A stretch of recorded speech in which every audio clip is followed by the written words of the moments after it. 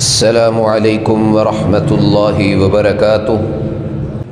رب اشرح لی صدری ویسر لی امری واحلل عقدۃ من لسانی یفقہوا قولی۔ حضرات گرامی قدر، معزز سامعین و ناظرین، ماہ رمضان رحمتوں، برکتوں اور فضیلتوں والا مہینہ اللہ کے خصوصی فضل و کرم اور رحمت سے ہمیں اپنی زندگی میں ایک بار پھر میسر آ چکا ہے۔ اس پر اللہ کا جتنا بھی شکریہ ادا کریں وہ کم ہے کہ اس نے ہمیں زندگی میں ایک اور چانس اور موقع دے دیا ہے کہ ہم ماہ رمضان کے آغاز میں جی رہے ہیں اور اللہ کے خاص فضل سے روزے رکھ رہے ہیں۔ روزے مسلمانوں پر فرض قرار دیے گئے ہیں۔ جس طرح نماز فرض ہے اسی طرح روزہ فرض ہے۔ 12 مہینوں میں ایک مہینہ رمضان کا ایسا ہے کہ جس میں مسلمانوں پر لازم قرار دیا گیا ہے کہ وہ اس پورے مہینے کے روزے رکھیں، اور اگر کوئی مسلمان اس مہینے کے روزے نہیں رکھتا ہے تو وہ لازمی بات یہ ہے کہ جس طرح نماز نہ پڑھنے والے کو سزا ہے اسی طرح روزہ نہ رکھنے والے کو بھی سزا ہے،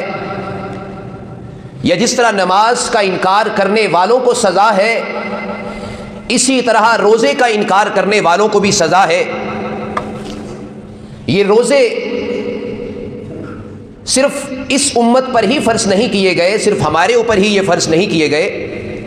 بلکہ اس سے پہلی امتوں پر بھی یہ روزے فرض کیے گئے تھے۔ جس طرح دیگر عبادات کا کچھ نہ کچھ مقصد ہوتا ہے، اللہ تعالیٰ نے اگر ہمارے اوپر کوئی چیز لازم و ملزوم قرار دے دی ہے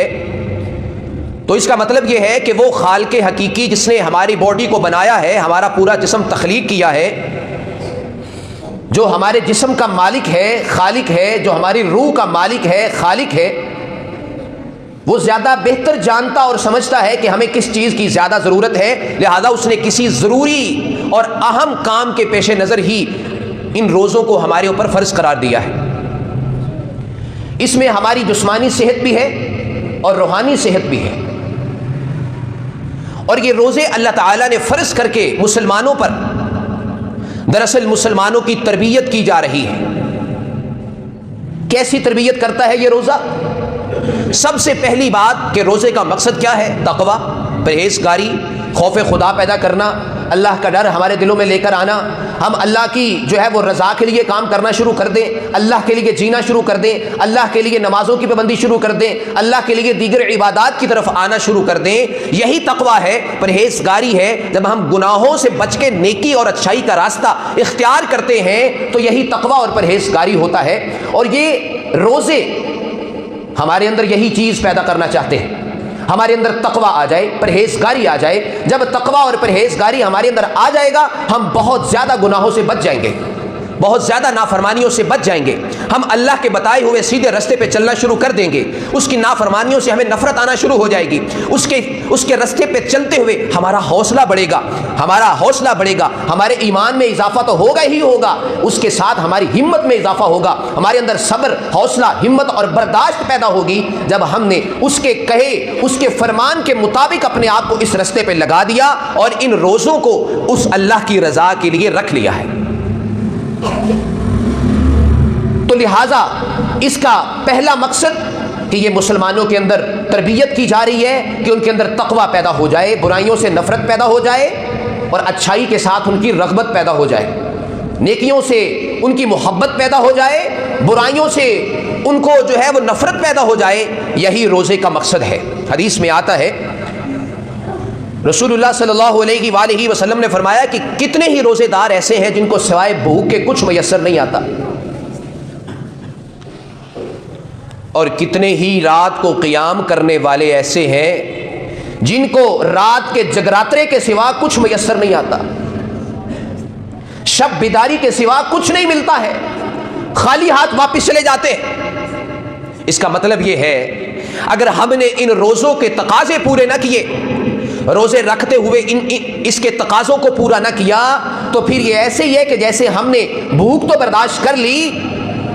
خواہ مخواہ سے، اس کا ہمیں فائدہ کچھ نہیں ہوا ہے۔ رات کو ہم نے قیام تو کر لیا لیکن وہ محض ایک شب بیداری تھی، محض ایک شب بیداری تھی، رات کا جاگنا۔ ہم نے اس کا فائدہ، اس کا مقصد تقوی و پرہیزگاری اگر اپنے اندر نہیں لے کر آئے ہیں تو پھر یہ روزے محض شب بیداری کا یا محض بھوک اور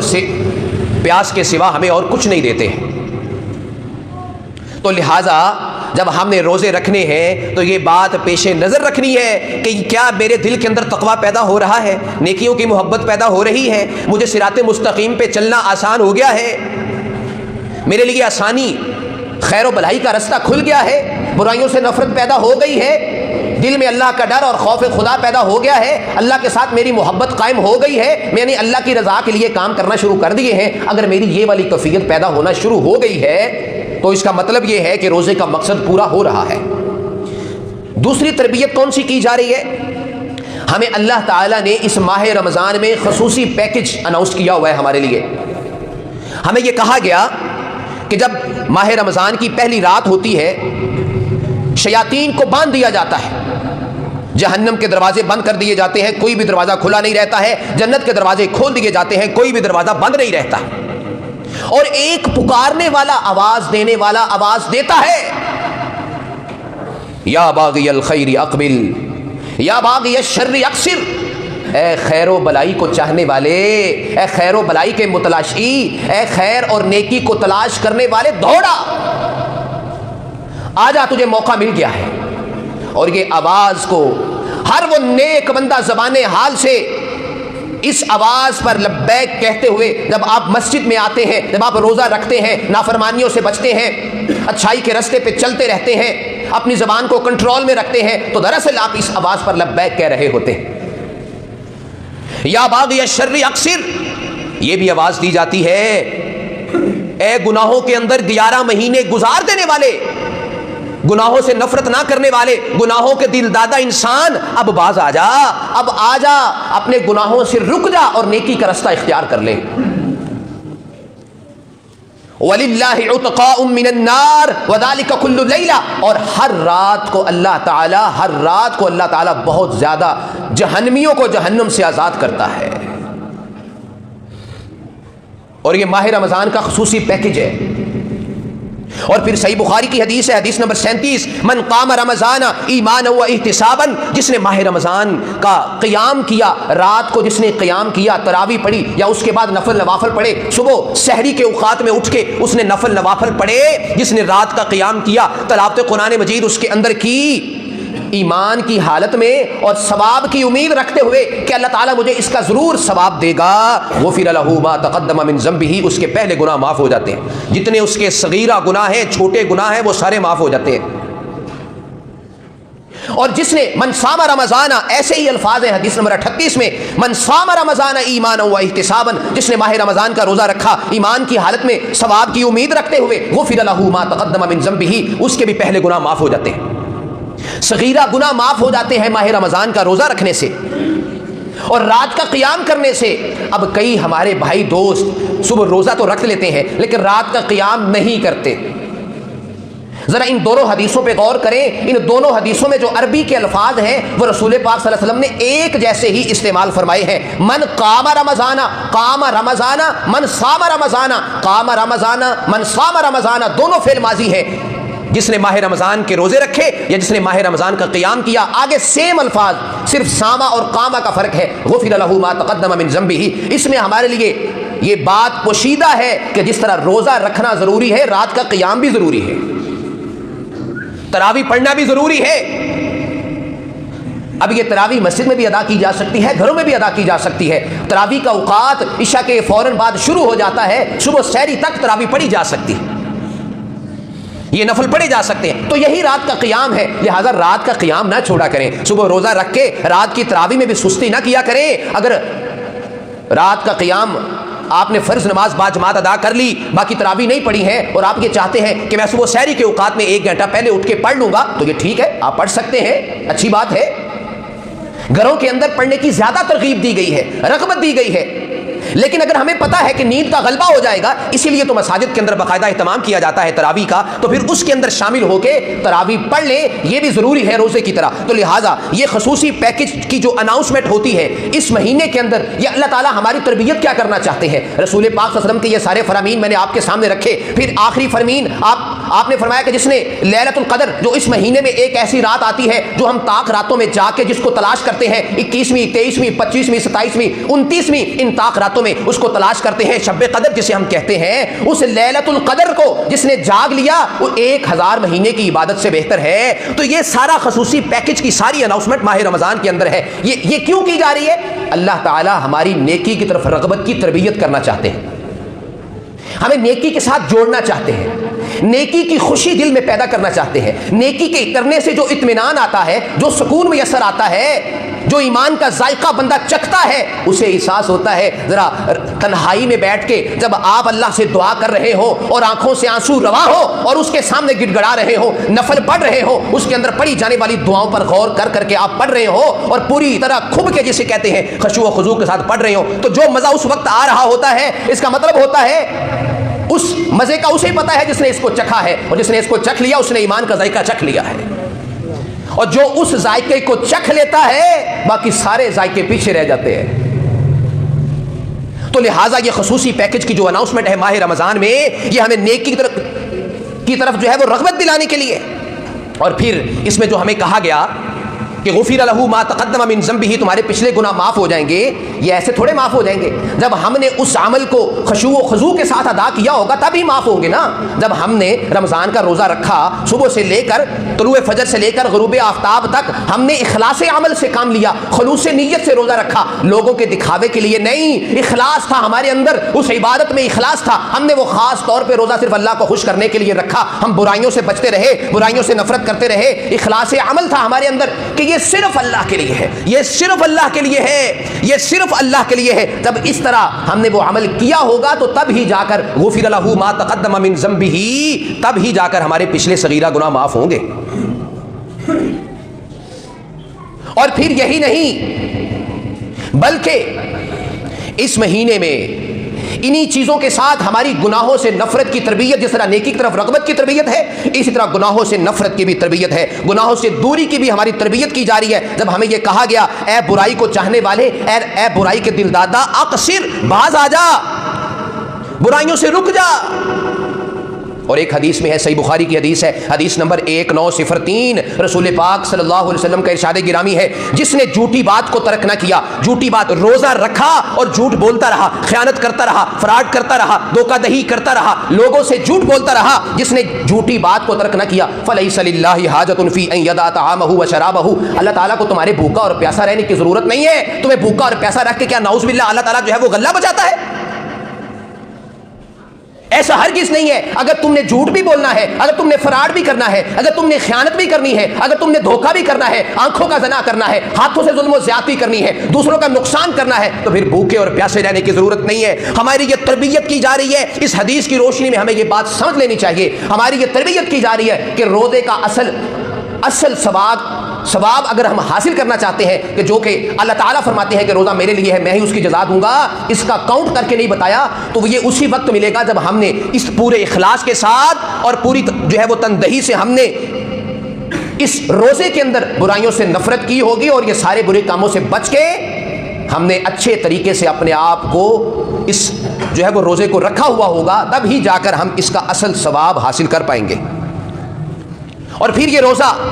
ہمیں ایک ذمہ دار شخص بھی بنانا چاہتا ہے، ذمہ دار شخص بنانے کی تربیت کی جاتی ہے۔ دیکھو ہمیں یہ کہا جاتا ہے کہ طلوع فجر سے لے کر غروب آفتاب تک ہماری جو ہے وہ رسپانسبلٹی فکس کر دی گئی کہ طلوع فجر کے بعد نہیں، غروب آفتاب تک، اور پھر نمازوں کے اوقات مقرر، روزے کے اوقات مقرر۔ ہمیں ایک رسپانسبل شخص بنایا جا رہا ہے کہ تم نے کوتاہی نہیں کرنی، تم نے با جماعت نماز ادا کرنے کی کوشش کرنی ہے، تم نے ظہر کے وقت، فجر کے وقت صبح کھانا کھا کے سو نہیں جانا بلکہ مسجد میں آنا ہے، ظہر کے وقت تم نے نماز کو باجماعت ادا کرنا ہے، عصر کے وقت، مغرب کے وقت، عشاء کے وقت، یہ ہماری ساری تربیت کی جا رہی ہے۔ جب ہم یہ کام کرنا شروع کر دیتے ہیں تو ہم ایک رسپانسبل شخص بن جاتے ہیں، عبادات کو بر وقت کرنا یہی تو رسپانسبلٹی ہوتی ہے کہ ہم نے اپنی ذمہ داری کو آسان طریقے سے نبھا دیا ہے. تو اپنی ذمہ داری کو آسان طریقے سے نبھانے کی ہماری تربیت کی جا رہی ہے. اس کے ساتھ ہماری تربیت کیا ہوگی کہ ہم نے اپنے باقی امور میں جس میں ہم ایک باپ کے روپ میں ہوتے ہیں یا بھائی کے روپ میں ہوتے ہیں یا ہم بیٹے کے جو ہے وہ روپ میں ہوتے ہیں یا اس کے علاوہ جس پیشے سے بھی ہم منسلک ہیں, ہمارا کوئی بھی روپ ہے, ہم نے اس میں بھی اپنی ذمہ داری کا احساس کرنا ہے. یہ روزہ ہماری تربیت کرتا ہے. یہ روزے ہماری تربیت کرتے ہیں کہ ہم نے اپنی ذمہ داری کا احساس کرتے ہوئے ایک باپ کی حیثیت سے اپنی ذمہ داریوں کو اچھے طریقے سے نبھانا ہے, بیٹے کی حیثیت سے اچھے طریقے سے نبھانا ہے, بھائی ہیں تو اس حیثیت سے, اسی طرح ماں بہن اور بیٹی کی حیثیت سے ہم نے اپنی ذمہ داریوں کو آسان طریقے سے نبھانا ہے. یہ روزہ ہماری عبادات کے ذریعے اللہ تعالیٰ ہماری اس جو ہے وہ روزوں کے اندر ہماری جو ہے وہ تربیت کر رہے ہیں کہ ہم نے یہ باقی فرائض اپنے اچھے طریقے سے سر انجام دینے. اور پھر یہ بھی ہے کہ یہ روزہ ہمیں اپنی خواہشات نفس پر کنٹرول کرنا سکھاتا ہے. یہ روزہ صبر اور برداشت پیدا کرتا ہے ہمارے اندر. جب ہمیں اس بات کا احساس ہوتا ہے, ہمیں بھوک لگتی ہے, بلکہ روزوں میں پیاس زیادہ لگتی ہے, جب ہمیں پیاس لگی ہوتی ہے اور ہمیں پتہ بھی ہوتا ہے کہ اب کوئی نہیں دیکھ رہا, میں اگر پانی پی لوں گا تو کوئی بھی نہیں گھر میں ہے, میں اکیلا بیٹھا ہوا ہوں, میں اگر پانی پی بھی لوں تو کون کوئی دیکھ رہا ہے, لیکن آپ نہیں پیتے. کیوں؟ کہ میرا روزہ ہے. آپ نے اللہ کے خوف سے, اللہ کی رضا کی خاطر اس جو ہے وہ روزے کو رکھا ہوا ہے. جب ہم اللہ کی رضا کی خاطر, اللہ کے خوف کی خاطر یہ کام نہیں کرتے ہیں, بھوک اپنی برداشت کرتے ہیں, ہم اپنی پیاس کو برداشت کرتے ہیں, تو ہمارے اندر ضبط نفس پیدا ہوتا ہے, ہمارے اندر صبر و برداشت کی صفات پیدا ہوتی ہے. پھر ہم اپنی جو ہے وہ دنیا کے باقی معاملات کے اندر بھی ہمارے اندر ہمیں اپنے نفس پر کنٹرول کرنا آ جاتا ہے. ہمیں اپنے نفس پر کنٹرول کرنا آ جاتا ہے. ہم ایسے خواہ مخواہ نہیں بولتے ہیں, اور یہی روزہ ہماری تربیت کرتا ہے. خواہشات کو ہم نے لگام دینی ہے, یہ روزہ بتاتا ہے. خواہشات نفس کو کنٹرول کرنا ہے اور ضبط نفس پیدا کرتا ہے یہی روزہ. اور پھر ہمیں اپنی زبان پر کنٹرول کرنا اس روزے کے اندر خاص طور پہ کہا جاتا ہے کہ جب تم نے روزہ رکھا ہوا ہے تو لغو باتیں نہیں کرنی, فضول باتیں نہیں کرنی, بے حیائی والی باتیں نہیں کرنی ہے. اور اگر کوئی تجھے گالی دیتا ہے, کوئی آپ کو برا بھلا کہتا ہے, تو آپ نے آگے اس کے ساتھ لڑنا جھگڑنا نہیں ہے, اسی طرح گالی گلوچ نہیں کرنا شروع کر دینا, بلکہ اپنی انانیت کی خاطر, اپنی خود پسندی کی خاطر اس کی باتوں کو صبر اور برداشت کے ساتھ آپ نے صبر و تحمل سے کام لینا ہے, اور اس کی باتوں کا, ان کی گالیوں کا جواب نہیں دینا ہے, بلکہ آپ نے کہنا ہے کہ میں روزے دار ہوں. نہ بھی کہیں تو ہمیں پتا ہے کہ میں روزے دار ہوں, لہٰذا میں اس کی گالی کا جواب گالی سے نہیں دوں گا, اس کے برے رویے کا بدلہ میں برے رویے سے نہیں دوں گا, اس کی برائیوں کا بدلہ میں برائیوں سے نہیں دوں گا, اس کی خیانت کا بدلہ میں خیانت سے نہیں دوں گا, اس کے جھوٹ کا بدلہ میں جھوٹ سے نہیں دوں گا. اس نے جو کچھ بھی ظلم و زیادتی کی ہے, میں روزے دار ہوں, میرے اللہ نے مجھے منع فرما دیا ہے, میرے پیارے نبی نے مجھے اس سے منع فرما دیا ہے, لہٰذا میں یہ کام نہیں کروں گا, میں روزے دار ہوں. روزے کی حالت میں ان کی پاسداری کروں گا, اور جب میں ان باتوں کی پاسداری کر رہا ہوں گا تو تبھی جا کر تو میں اس کا حقدار قرار پاؤں گا کہ روزہ میرے لیے ہے, میں ہی اس کی جزا دوں گا. تبھی جا کر تو وہ اجر و ثواب ہمیں مل پائے گا کہ روزہ میرے لیے ہے, میں ہی اس کی جزا دوں گا. باقی اعمال کے بارے میں کہا گیا کہ 10 گنا سے لے کر ہماری نیت کے مطابق 700 گنا تک کسی بھی ایک نیکی کا ثواب ملتا ہے. 10 گنا سے لے کر 700 گنا تک. روزے کے بارے میں خاص طور پہ کہہ دیا کہ کاؤنٹ لیس, جس نے میرے لیے روزہ رکھا ہے بتایا ہی نہیں کہ اتنا ثواب ہے, اتنا اجر, بتایا کہ روزہ اس نے میرے لیے رکھا, اب میں جانوں اور وہ جانے, اس کی جزا میں دوں گا. یعنی اس سے بھی زیادہ اللہ تعالیٰ اجر و ثواب ہمارے کھاتے میں ڈال دیں گے جب ہم اس کی رضا کے لیے روزہ رکھیں گے. پھر یہ روزہ ہمارے اندر ہمدردی پیدا کرتا ہے, خیر خواہی کے جذبات پیدا کرتا ہے, اخوت کو فروغ دیتا ہے, بھائی چارے کو فروغ دیتا ہے. ہم ایک دوسرے کے ساتھ اپنی سحری افطاری میں چیزیں شیئر کرتے ہیں, ہم اپنی گلی محلے میں غریبوں کا خیال رکھتے ہیں, ان کو راشن اگر استطاعت اور قوت ہے تو راشن دیتے ہیں, ان کو جو کچھ بھی ہم کر سکتے ہیں ہم کرنے کی کوشش کرتے ہیں اور اللہ کی رضا کی خاطر کرتے ہیں. ہمارے پیارے نبی صلی اللہ علیہ وسلم کا فرمان ذیشان ہے, آپ صلی اللہ علیہ وسلم کی یہ عادت مبارکہ تھی, جب ماہ رمضان آتا تو ماہ رمضان میں سب سے زیادہ سخاوت کرنے والے ہوتے تھے. سب سے زیادہ سخاوت کرنے والے رسول پاک صلی اللہ علیہ وسلم ماہ رمضان میں سب سے زیادہ سخاوت کرتے تھے. تو اس لیے ہمیں بھی اس مہینے کے اندر زیادہ سے زیادہ سخاوت کرنی چاہیے. اگر اللہ تعالیٰ نے ہمیں دیا ہوا ہے, اس کے دیے ہوئے مال میں سے کسی دوسرے کو دیں, لیکن دیتے ہوئے اس کی عزت مجروح نہ کریں, اس کی عزت نفس مجروح نہ کریں. یہ نہ ہو کہ میں نے اس کے ساتھ سیلفی بھی بنانی ہے, جس کو میں نے یہ سامان دیا ہے اس کی تصویر بھی اتارنی ہے, جس کو میں نے یہ مال اور سامان دیا ہے, اور بھائی چپکے سے دو, دائیں ہاتھ خرچ کرے تو بائیں ہاتھ کو پتہ نہ چلے. یہ بہترین صدقہ ہے. آپ کے گھر والوں کو بھی پتہ نہ ہو، آپ کو یعنی دیکھو نا، اب یہ دونوں ہاتھ انسان کے ساتھ ہے نا، یہ دایاں اور یہ بایاں، ایسے صدقہ کرنا چاہیے کہ دایاں اگر کسی کو دے رہا ہے تو بائیں کو پتہ ہی نہ ہو کہ دائیں نے کس کو دیا ہے، ایسے صدقہ کریں۔ اور صدقہ اس کے لیے لازمی نہیں ہے کہ آپ نے ایک جو ہے اس کے اندر کوئی 3 4 5 ہزار کا سامان باندھ کے کسی کو دے گا تو وہ صدقہ ہوگا۔ اور بھائی افطاری کے وقت کسی کو ایک کھجور بھی اگر آپ کسی کو دے دیتے ہیں یہ بھی صدقہ ہے، اور آپ کو ایک کھجور کے ساتھ اس کو افطار کرانے کا ثواب ملے گا اتنا ہی جتنا اس کو ثواب مل رہا ہے، لیکن اس کے ثواب میں کمی نہیں آئے گی۔ اور بھائی آدھی کھجور، ایک کھجور آپ کے پاس ہے نا، آدھی آدھی کر کے بھی اگر آپ شیئر کر دیں گے، اس کو افطاری کروا دیں گے، ثواب پھر بھی مل جائے گا۔ اس لیے یہ نہ جانا کریں کہ میرے پاس تو استطاعت ہی نہیں ہے، اور جتنی استطاعت ہے، جتنی قوت ہے، جو کچھ کر سکتے ہیں، کوئی گلی میں گزر رہا ہے، افطاری کا وقت ہو گیا ہے، اس نے جو ہے وہ روزہ رکھا ہوا ہے، کوئی مہمان آ گیا ہے، آپ اس کو ایک پانی کا گھونٹ ہی پلا دیں، اور کچھ نہیں ہے تو پانی تو میسر ہے ہر گھر میں۔ تو لہٰذا کسی بھی صدقے کو حقیر نہ جانے، چھوٹا نہ جانے۔ تو یہ روزہ ہماری یہی تربیت پیدا کرنا چاہتا ہے، ہمارے اندر جذبہ یا اخوت پیدا کرنا چاہتا ہے، ہمدردی کے جذبات پیدا کرنا چاہتا ہے، یہی ہماری تربیت کی جا رہی ہے۔ اور پھر اسی کے ساتھ معاشرتی امن بھی وابستہ ہے۔ جب ہمیں یہ کہا گیا نا کہ ایک روزے کی حالت میں تم نے کسی کو گالی نہیں دینی، اور اگر کوئی آگے سے گالی دے تو گالی کا جواب گالی سے نہیں دینا، تو یہ کیا ہے؟ یہ معاشرتی امن کی تربیت نہیں ہے۔ ہمارے امن نہیں ہو جائے گا اس طرح۔ اگر ہر کوئی اس طرح کرنا شروع کر دے گا تو کیا ایک سے آگے دو سے تین، ہر کوئی اگر یہ عزم کر لے یار میں نے یہ کام کرنا ہے، یہ مت سوچا کرے میں اگر کر بھی لوں تو کیا ہوگا، اتنے سارے لوگ تو نہیں بھی کر رہے، میرے کرنے سے کیا فرق پڑے گا؟ نہیں بھائی، میرے کرنے سے فرق پڑے گا، میرے کرنے سے فرق پڑے گا، میری ذات پر کم از کم فرق پڑے گا میرے اوپر۔ اور یاد رکھیے گا ہر چیز کے اثرات ہوتے ہیں، جس طرح کے ہمارے دوست ہوتے ہیں نا، ہم ان کے اثرات لیتے ہیں ان کی صحبت سے، ان کی کمپنی سے، اور بہت سارے کام غیر شعوری طور پر اسی طرح کرنا شروع کر دیتے ہوتے ہیں جس طرح ہمارے دوست کر رہے ہوتے ہیں، جبکہ ہم نے ان سے سیکھے نہیں ہوتے ہیں، صرف ہم نے ان کے ایکشنز پر غور کیا ہوتا ہے۔ ہماری اولاد ہماری ہر ایک ایکشن پہ غور کر رہی ہوتی ہے، اور پھر ہم نے ان کو بتایا نہیں ہوتا، لیکن وہ خود سے کرنا شروع ہو جاتی ہے۔ اس لیے ایکشن سپیک لاؤڈلی، زیادہ اونچی بولتے ہیں ایکشنز۔ تو اس چیز کو ہم نے خاص طور پہ دیکھنا ہے کہ یہ روزے ہمارے معاشرتی امن کی جو ہے وہ تربیت کے لیے بھی ہیں، اور جب ہم فرائض کی ادائیگی وقت پر کریں گے تو نوافل کی ادائیگی کی طرف بھی ہماری رغبت ہو جائے گی، حلال و حرام کی جو ہے وہ تمیز ہو جائے گی، حلال اور حرام کی تمیز کی تربیت بھی ہوگی۔ جب ہمیں پتہ ہے کہ روزے کی حالت میں اللہ تعالیٰ نے ہمیں یہ منع فرما دیا کہ یہ حلال کام بھی نہیں کرنے، ہم ان حلال کاموں سے بھی رک جاتے ہیں، تو پھر عام دنوں میں ہم حرام کام جو اس نے ویسے ہی حرام قرار دیے ہوئے ہیں ان کے قریب کیسے جا سکتے ہیں؟ یہ ہماری تربیت، اگر ہم نے یہ مہینہ ایسے گزار لیا، اس تربیت میں گزار لیا، اور یہ چیزیں اپنے ذہن میں رکھتے ہوئے گزارا کہ یہ ایسے نہیں ہے کہ جیسے پچھلے دن تھے، یہ بھی دن آئے اور ہم نے ویسے ہی گزار دیے، اگر ہم نے ویسے ہی اپنی زندگی میں سے یہ والا مہینہ ویسے ہی گزار دیا، ہم نے بہت خسارے کا سودا کیا، بہت خسارے کا سودا کیا۔ بعد میں ہم پچھتائیں گے، لیکن اس وقت پچھتانے کا فائدہ نہیں ہوگا۔ اس وقت وہ جو مثال بنتی ہے کہ اب پچھتائے کیا ہو جب چڑیاں چگ گئی کھیت، جب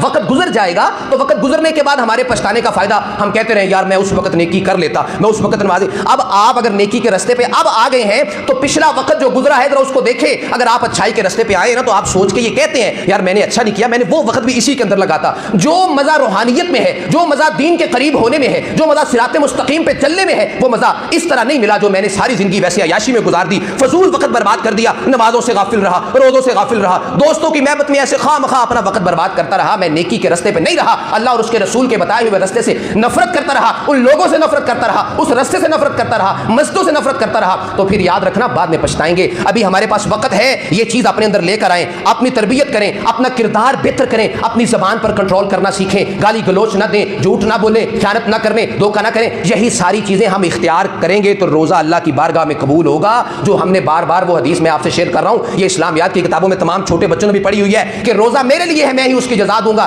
یہ اللہ تعالیٰ فرماتے ہیں کہ روزہ میرے لیے ہے میں ہی اس کی جزا دوں گا۔ اس کے حقدار ہم اسی وقت قرار پائیں گے جب ہم نے روزے کو خاص اللہ کے لیے،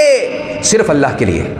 صرف اللہ کے لیے، صرف اسی کے لیے روزے کو رکھا ہوگا، اور اسی کے لیے ساری عبادات کی ہوں گی، اسی کے لیے ہم گناہوں سے بچے ہوں گے، اسی کی رضا اور خوشنودی کے حصول کے لیے ہم نے برائیوں سے نفرت کی ہوگی، ہم نماز کے قریب آئے ہوں گے، ہم نے اچھائی کا راستہ اختیار کیا ہوگا، ہم نے برائیوں سے نفرت کی، اسی کی خوشی کے لیے، خوشنودی کے لیے ہم نے اگر یہ کام کیے تو ضرور ہم اس کے حقدار قرار پائیں گے، اور پھر ہی غفر لہ ما تقدم من ذنبہ، اگر ہم نے ایسا مہینہ گزار لیا تو پھر ہمارے سابقہ سارے صغیرہ گناہ اللہ تعالیٰ معاف کر دے گا۔ اس لیے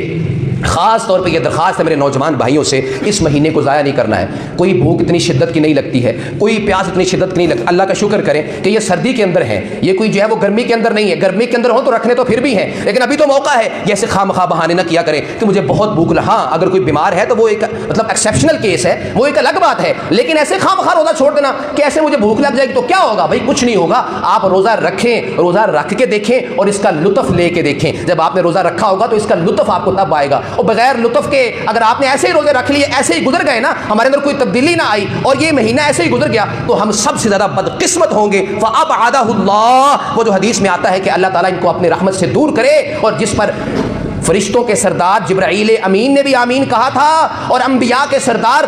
رسول عربی صلی اللہ علیہ وسلم نے بھی اس پر آمین کہا تھا کہ وہ اللہ کی رحمت سے دور ہو جس نے اپنی زندگی میں ماہ رمضان کا مہینہ پایا لیکن اس کے روزے رکھ کے اپنے گناہوں کی معافی نہ کروا لی، وہ انتہائی بدقسمت شخص ہے۔ اس سے زیادہ بدقسمتی اور کوئی نہیں ہے۔ لہٰذا اپنے وقت کو جو ہے وہ قیمتی بنائیں، اس کی قدر کریں اور اس کو ضائع نہیں ہونے دینا ہے۔ وآخر دعوانا ان الحمد للہ رب العالمین۔